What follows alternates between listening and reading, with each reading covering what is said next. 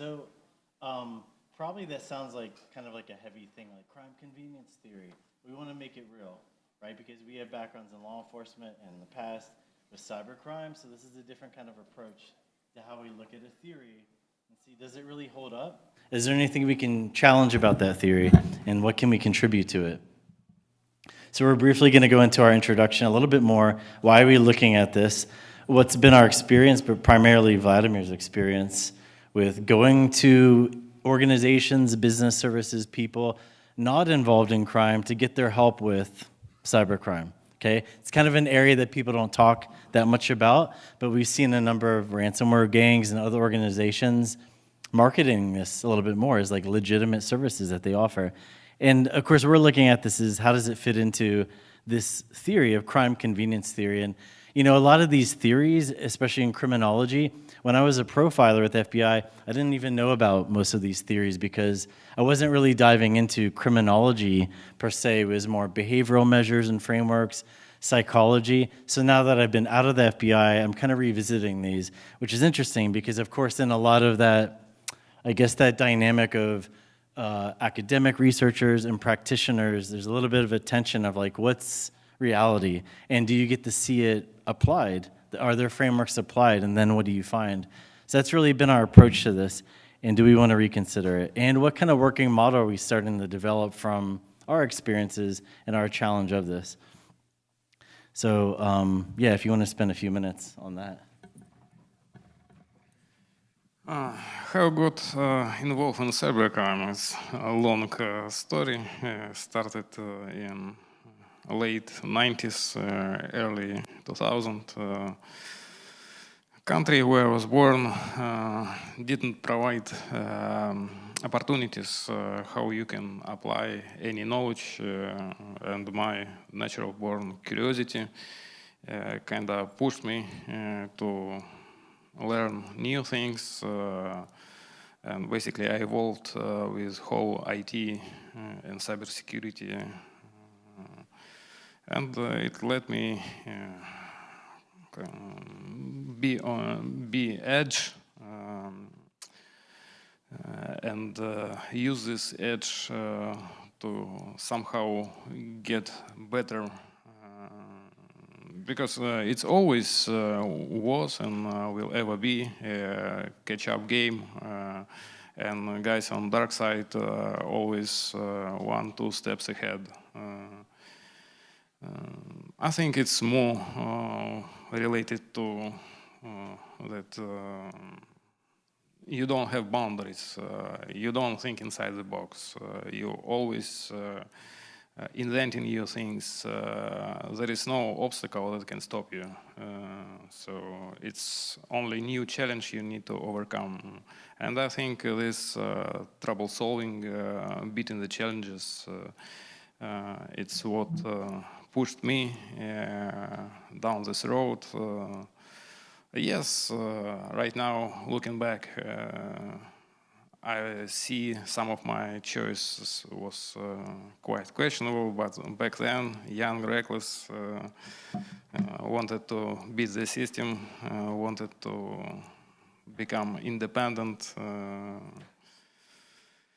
So I think that's what pushed me into cybercrime. But for me, cybercrime, it was not really something outside the law. From the beginning, it was try to solve something unsolvable, invent new things, new workaround, bypasses. And plus, you all, I'm sure, remember first movies,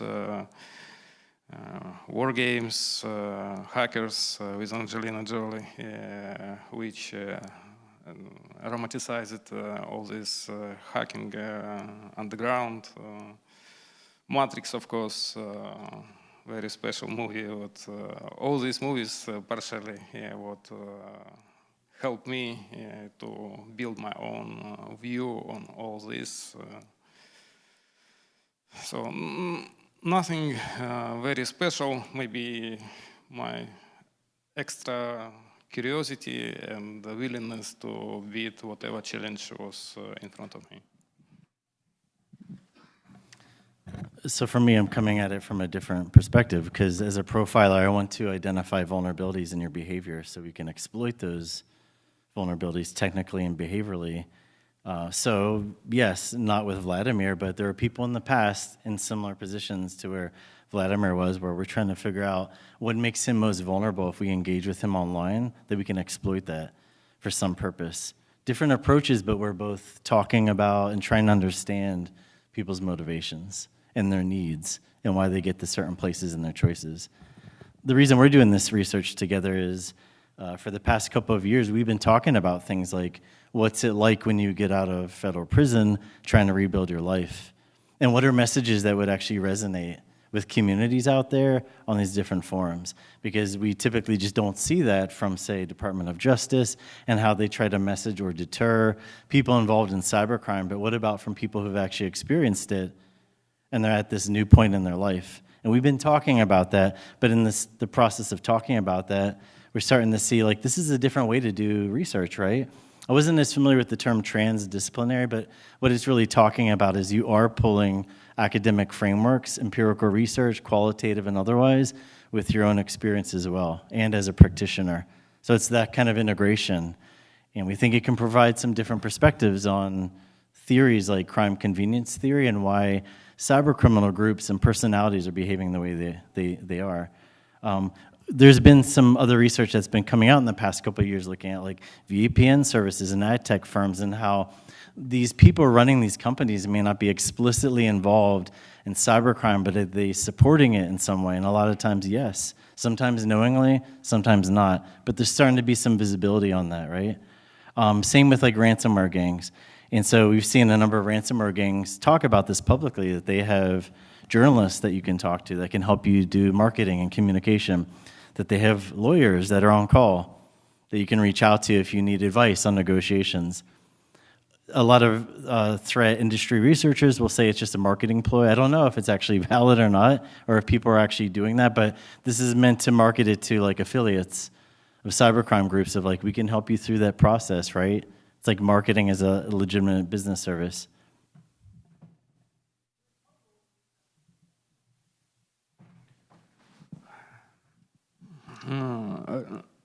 Before I start, I wanted to say a little bit about emergence of ransomware.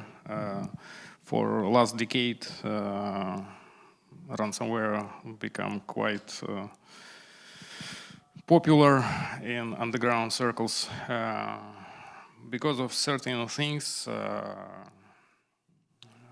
Back then, there was plenty of corporate networks. For example, you have access to and have administrator rights after doing some research inside these corporate networks. But there was just access to such networks, and emergence of ransomware is another way of monetization of such networks, which basically might not have something valuable as form of information, which can be, for example, sold on dark market.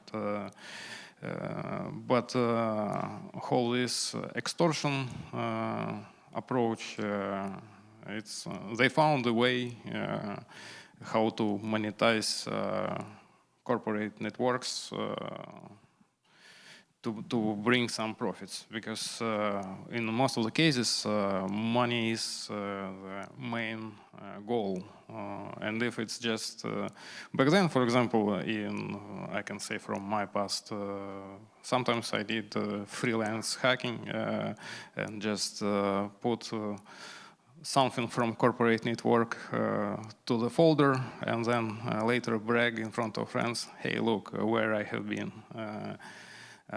But these networks was just badges that you beat their security.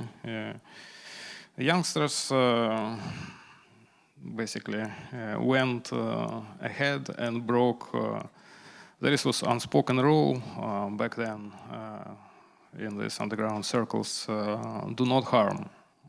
If you get access somewhere, quietly get in, get what information you came there for, erase traces you ever been there, and do not disrupt infrastructure. So nobody know you ever been, infrastructure untouched. Youngsters, it's a little bit off from our main theme about moral drift, but in some way it's kind of close. Because moral drift in this case, that this new generation of hackers overlook this old school non-spoken rule, do not harm. And especially we can see that they are not hesitate to encrypt hospitals and critical infrastructure where people really can get harm from this. Not just something abstract, servers got crashed, but real people who get in harm way. I mean, I think these points of perspectives from like Vladimir about like, hey, sometimes this is about someone being helpful, not necessarily that they were going to be bad always. The first time we met and had lunch, I brought up this study I came across on online mobility, and it was focused on like Reddit users, like where do they go online? Is there any kind of pattern? And they did find that there are patterns based on personalities, but the analogy they used was where you choose to eat, where you choose to go out to eat. Like there are personalities for a lot of people where they will try new things. Like we'll go to this Indian restaurant or we'll try this Ethiopian restaurant, but people tend to default back to their typical go-to. So every week it'll be like Chipotle, Chick-fil-A, right? That's what they found. I brought up that study to Vladimir and he's like, yeah, it was kind of like that for me too, because I'd have to go back to certain people to lease infrastructure. And maybe that was a mistake because you keep going back to the same people. So we would take that kind of study and say that's a vulnerability. You're approachable there. You're starting to establish a pattern, and you're using the services of someone who's not explicitly involved in cybercrime.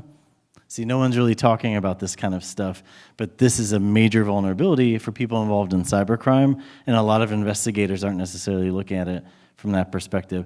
So this is a good challenge to these kind of theories because you'll see they talk about this idea of like people being willing to be deviant. It seems kind of like antiquated language, right? But that doesn't really encapsulate us as individuals when we make choices in our lives. That's why we're challenging this kind of theory. Like it has merit to provide perspective on it, but the reality is very different in many cases in terms of like, how do you get someone to do something like this for you that wouldn't ordinarily be involved in crime? We're saying, I don't think this is about how deviant or not you are. It's other things. And to Vladimir's point about sometimes this is just about being useful or convenient, you'll see in some of these experiences that seems to reflect what's actually happening in this kind of framework. I'll put them all there if you want. Yeah. Very often I read quite a number of articles regarding some studies of cyber groups, how they operate, and so on and so on.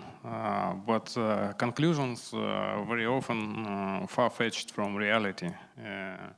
I understand that they're doing their best based on information what they possess, but overall conclusions very often very far from reality.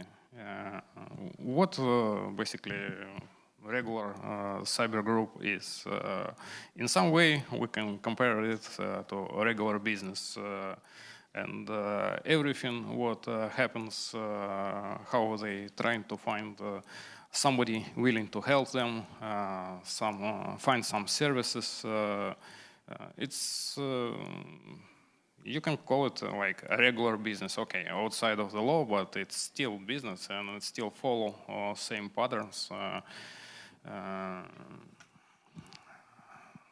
One of the questions is how some legitimate businesses crossing the line of being just negligent or willfully blind to certain things, overlooking some red flags.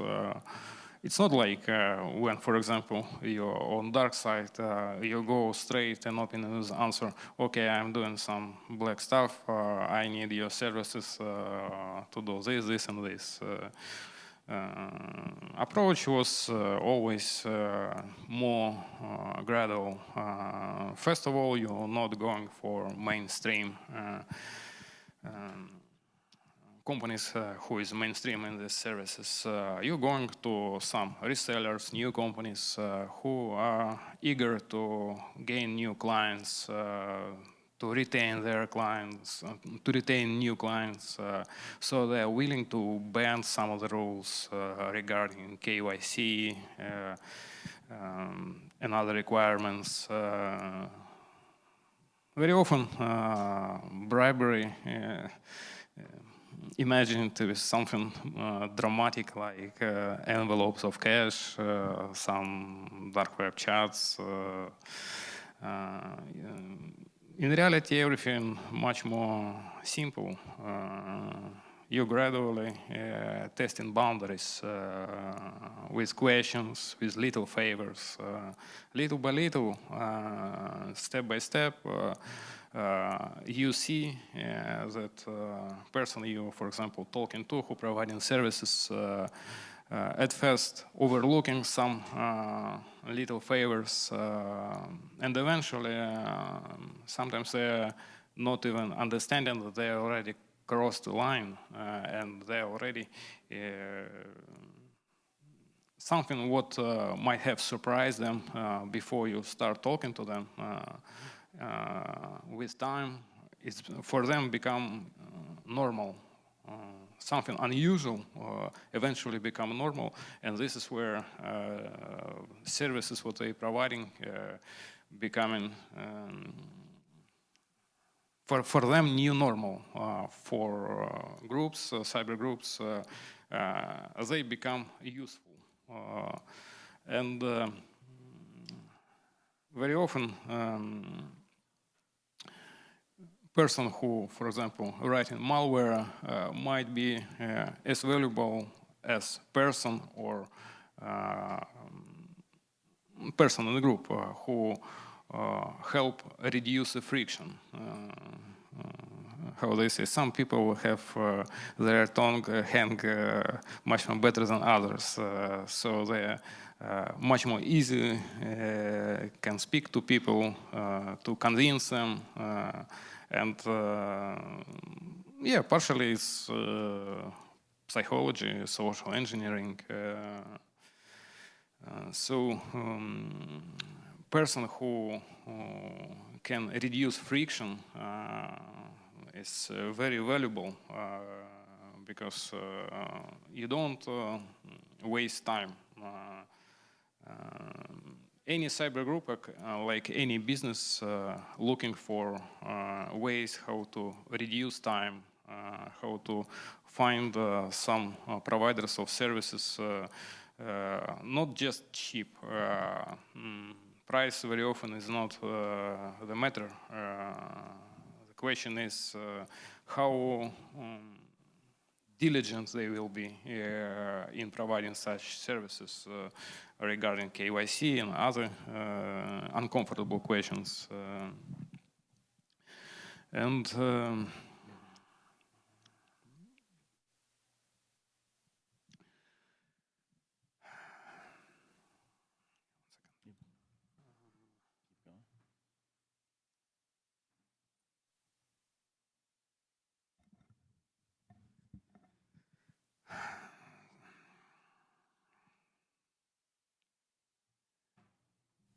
So,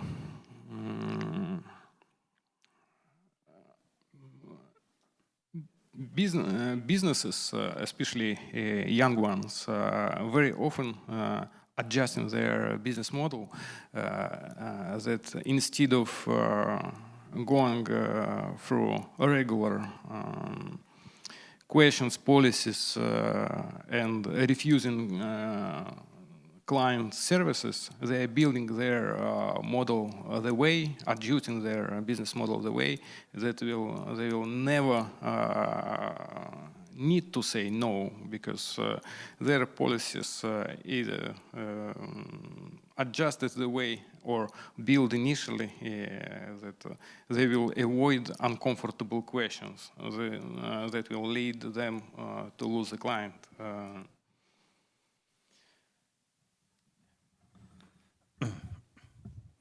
Okay, so if you look at like crime convenience theory, how do some of Vladimir's experiences and other things we've seen fit into that? This is, let me show you this. I don't like this graph, but I didn't make it. But this is crime convenience theory in terms of how it's structured. And I think it's kind of confusing. Nothing wrong with that model, but it's like, you really got to spend time like thinking about it. Like, what do they mean by this in terms of motive, opportunity, willingness? Okay, don't get lost in that. I'm just showing you that, okay? But really, what they've started to see is like, wait, there's other things at play here. There's all these dimensions to it. So you have like RPMs, which is like an older way of teaching interrogation, and the FBI, where you're helping whoever you're talking to rationalize what they've done. You're helping them project it onto someone else. You're helping them minimize what they've done. But that doesn't really reflect all the other motivations going on in their life that led them to that point. And then NDM's naturalistic decision making. That's basically just saying everyone's lives are complicated, it's dynamic, there's a lot of things shaping how they make decisions over time. So it's not like a classical, I'm gonna try and recruit you and you say yes or no. It's different, that people have a lot of feedback loops and relationships they need to think about when they make decisions, and that's gonna shape why they make those decisions. Crime convenience theory has started to evolve where they start to focus on that, like, it's not necessarily like people are bad or they're deviant, they're willing to be deviant, but things change in their life. That's what we're starting to see in some of this stuff, that people talk about things like, I was fine, and then I went through a divorce, and I accrued a lot of debt. And so now there's other motivations driving me in terms of like things I need or things I need to accomplish. Of course, we would also say that's a vulnerability. And so someone who's been in Vladimir's position in the past, or some of these groups, they're going to be looking for those things as well, or that people might be looking for them, right? So to us, we're like, this isn't really about a willingness for deviance, but it is about dimensions of what makes things convenient or not. That's kind of how they put it, right? Is it convenient for you to commit this crime and get away with it, and you're not going to get in trouble for it? It's very similar to like piracy behaviors. Like one's called soft lifting, and everyone has done this. Basically, it's like when you share accounts and passwords to Netflix. That's soft lifting. It's still a piracy behavior, but there's an attitude among people of it's not a big deal, it doesn't hurt anybody, no one's really going to get in trouble for it. That's a reflection of what we're also talking about with crime convenience theory, when things, maybe traumatically, maybe not, change in someone's life, and now they're in a position to get what they need, whether it's through money or whatever. That's the kind of like dynamism that we're starting to see from this. So really, it's not a pathological thing, but it is a personal thing. It's individual to each person who becomes involved in this. So to us, we're like, should we reconsider the motivations? Yeah, of course. I mean, you look at some of the stuff with like research on felons and their whole process of kind of making meaning from everything. A lot of this comes down to like societal attitudes towards this, right? Like if someone takes on a job as a software engineer at a company, they don't necessarily have to prove that they're trustworthy. But if you're a felon, cybercriminal, and you take on a job as a software developer at a company, you've got to prove it constantly. And you'll hear these stories again and again and again. This is this whole idea of rituals of redemption. But do we do that with people who are providing legitimate services out there that are assisting cybercriminals? Not necessarily. People aren't really looking in those spaces. But the expanding cybercriminal ecosystem is heavily, increasingly depending on those legitimate services to get done what they need to do to reduce friction. So I think it is about attitudes and consequences. This is a conceptual thing, right? Like if you look at some of this work from Collier and Hutchings, and I think they're both British researchers, they've made a lot of strides in kind of helping people rethink what's really going on out there in terms of like the cyber criminal ecosystem, right? That it's less about there are these big names, like big players out there making all this money, and it's more about there's a lot of people doing small things, not making much money, right? Almost like a gig economy.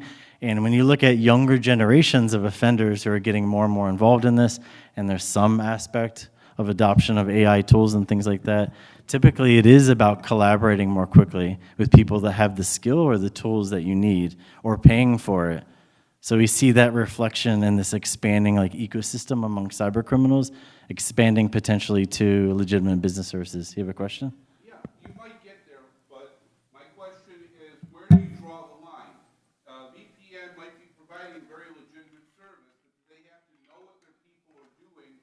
So when somebody is using a legit VPN for a not legit purpose, that they know that so they can fire that customer? Or are you going to prosecute them immediately? Where do you draw the line and how do you get there? Just as an example. I guess my perspective on that is I don't know who it's up to draw a line. I think this is if this is a societal condition. There are norms to how we operate these businesses, and people involved in cybercrime know that, and they're taking advantage of it. And I'm not so sure that investigators are completely clued in on that, right? Like maybe the focus of investigator is, let's look at this individual that allegedly got involved in this cyber criminal act. Let's build a case. Let's meet these thresholds. Let's take down this infrastructure. Let's do this legal process. What about the services providing them assistance, whether they know it or not? There are vulnerabilities there for everybody, whether you're trying to recruit them for assistance or you're trying to undermine the infrastructure of a cyber criminal enterprise. But I think it's just about like, do we recognize there are attitudes about this, and I think indifference about it, and lack of awareness. I think that's what's happening, and people are taking advantage of it. Did you have any other opinion to add to it, or a response to this question? It's basically, I want to answer a question with this question, and how they know that their client doing something illegal. And that's part of my point that you're making. I'm talking loud so everybody can hear me since I'm not on mic. I don't know if law enforcement gets to go look at the traffic inside the VPN, which we're supposed to have private. Bear in mind, I'm not in your business, but I don't know if we're going to start looking inside the VPN to go figure out, oh, this person's doing legal stuff, this person's not. And that's why I'm questioning, where do you draw the line? It's a difficult question. It's easy, we all know the answer. So it's not your fault that you don't know off the top of your head. I mean, this probably sounds annoying, my response, but I just would say, why do I need to draw any lines? Let me just approach this differently. Or when people frame you in with a question, not you, I'm just saying generally, I would just step out of that frame and be like, I don't need to draw any line. But what I can look at this as a vulnerability, right, in that ecosystem, and wonder why people have these certain kind of attitudes toward that. And this could become a bigger problem than people realize if we're like, yeah, that's not so important. This is another way to look at it, because if you take the example of the research I shared with Vladimir years ago on online mobility, I started sharing that with other people who had been involved in cybercrime, and they're like, yeah, that's true, I was kind of like that too. Or other case studies where it's like they had a technical issue and they needed help with it. And so that created a vulnerability. It's a very different approach versus, like, say, just trying to take down domains and infrastructure, but can you create moments where there's a need, they need some technical solution, and that solution seems to depend on people not involved in cybercrime. It seems to depend on people with legitimate business services. Interesting. There could be different intersections here in terms of how people counter that activity. Another thing I think in terms of this working model that I'm really visualizing in terms of, is there a different way to look at this, is group dynamics. Because again, group dynamics is about those norms and roles between people. And by groups, I'm talking about it could be 2 or more people. That could be a group. This could be a group that all works together, but there could be like 5 different groups there, right? Based on relationships. And usually we don't hear a lot about this. We don't really know when you're talking about someone who's a cyber criminal. We don't know who they're in relationship with usually. We don't know who they hate and love. We don't know who their close friends are. Most of the reporting we see in the cybersecurity industry is not focused on that. I think part of that is because they don't know. They don't know that. They don't know the answer to those questions. But if I'm looking at as a profiler before, I need to know those things because that's where we find behavioral vulnerabilities and the things that are actually going to probably drive their motivations. If you think about any difficult decision you've ever made in your life, it probably has included you factoring in, how's this going to impact the people I care the most about? So this is a dynamic aspect of relationships that shape the activity of someone involved in cybercrime that they depend on. So to us, we're like, got to go back to that expanding model, group dynamics, and this idea of like vulnerabilities we can identify when there's a need for something like this. Tim, I want to add a little bit. This question regarding VPN is basically very close to similar question with services for providing dedicated servers, VPS. Where draw the line? Basically, most of them using simple approach, first abuse letters would come regarding using dedicated server or VPN, and this is usually first flag what let service provider either close service and deny any future attempts. But look, how or if abuse will be able to trace a client if, for example, he is not using just one VPN server, but making a chain of VPNs, one chain, let's say, in Sweden, one chain, next step somewhere in Russia, third chain in China, and fourth chain somewhere in Australia.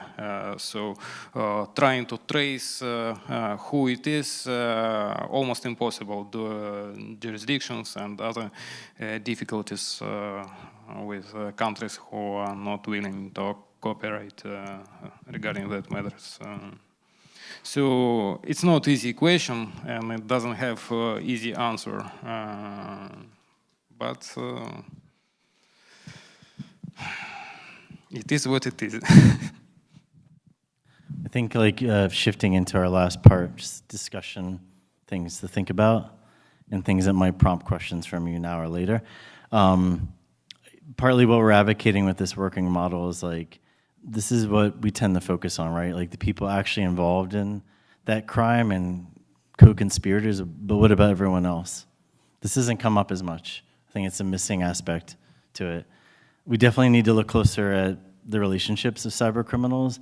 This is a massive gap out there in the cybersecurity industry in terms of like threat reporting. Most of us have no idea, and most people aren't honest about that. And it's not that they're being dishonest, but we're not really talking about how this is a huge gap. But we should look even closer at their social circles. By social circles, I'm talking about these could be people that you don't know that well, people you go to for leasing infrastructure. Those are huge vulnerabilities, and they can provide insight into this cyber criminal activity. You want to go into these? These are some of your points here. Yeah.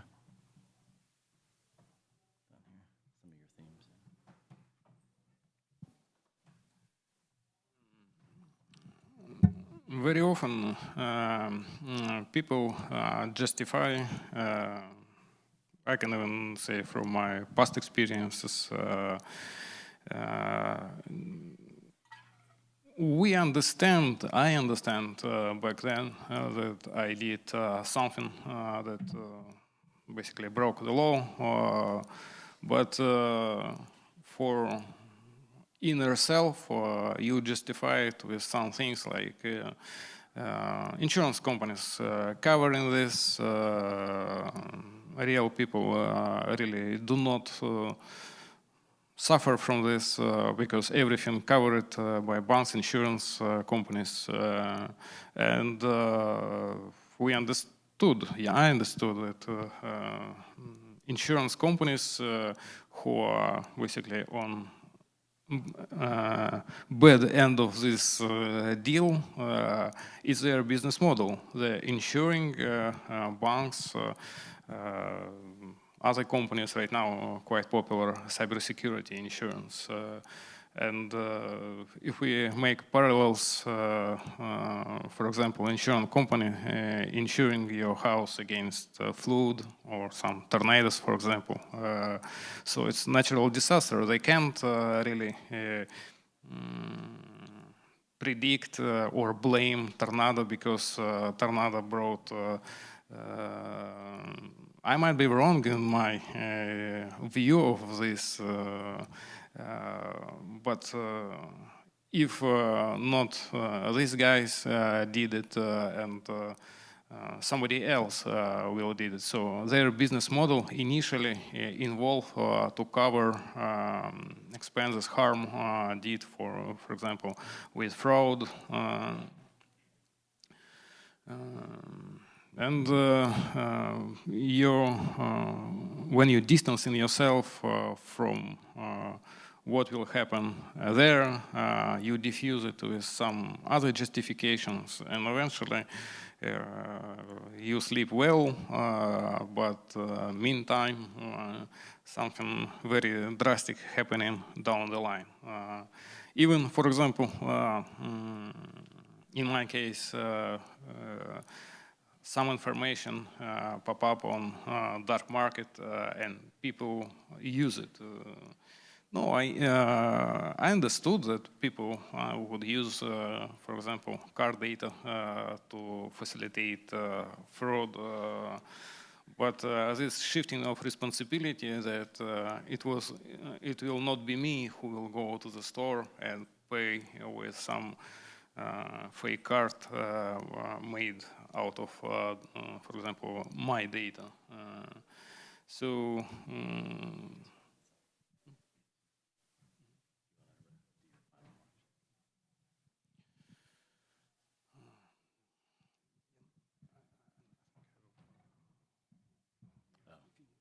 Go ahead.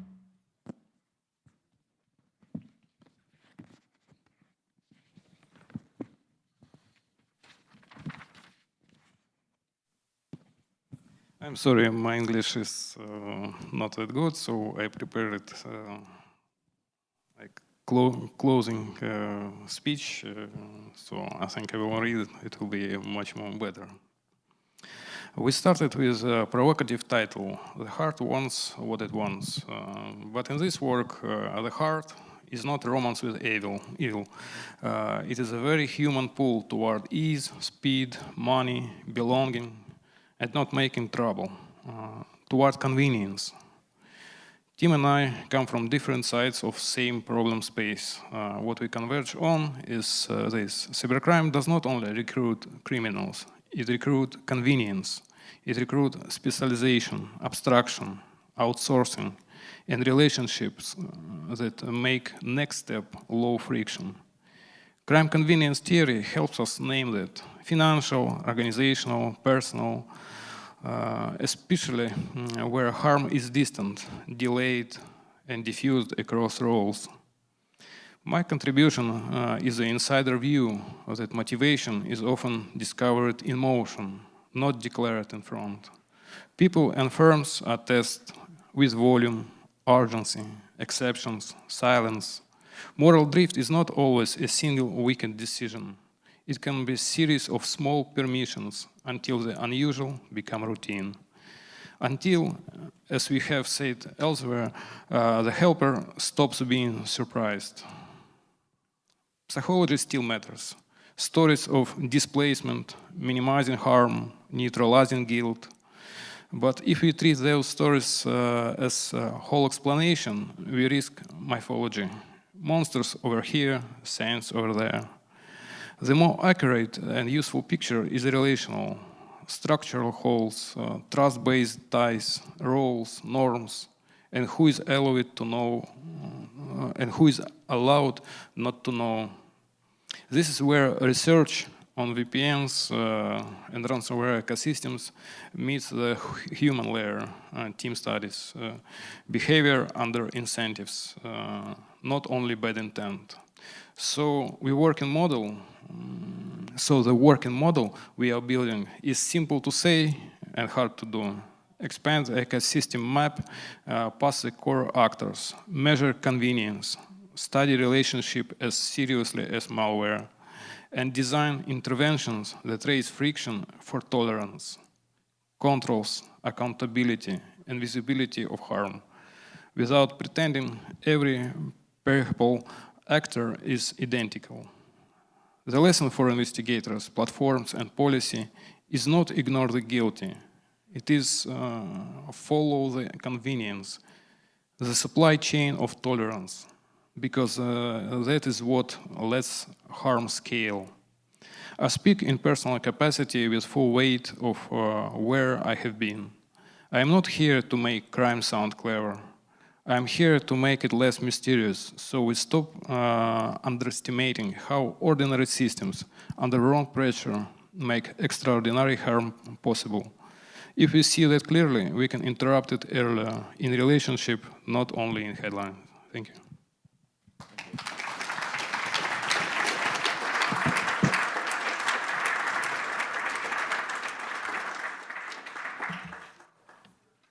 I don't think there's time for questions, but unless they pull me off. No? Okay. We'll be around if you want to talk. Thank you.